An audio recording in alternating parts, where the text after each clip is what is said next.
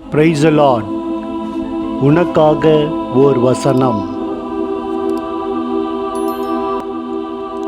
திருப்பாடல்கள் 85:8.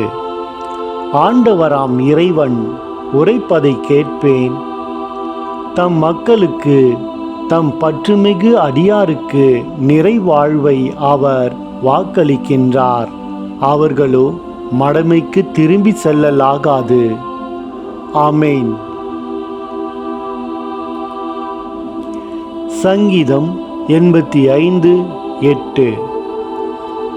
கர்த்தராகிய தேவன் விரும்புவதை கேட்பேன்.